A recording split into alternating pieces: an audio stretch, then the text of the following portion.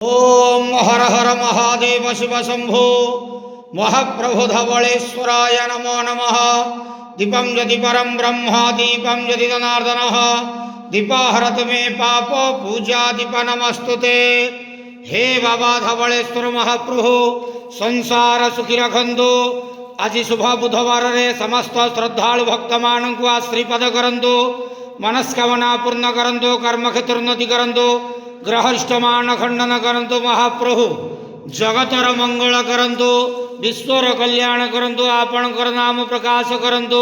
सेवकर डाक श्रवण करंतु। समस्त गुआवसा भक्त मानकर मनस्कामना पूर्ण करंतु।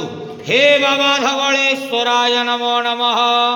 संसार सुखी रखंतु आनंदे गेवार हरि बोलो। आज शुभ बुधवार रे समस्त श्रद्धालु भक्त मानक आश्रीपद करंतु आनंदे गेवार हरि बोलो।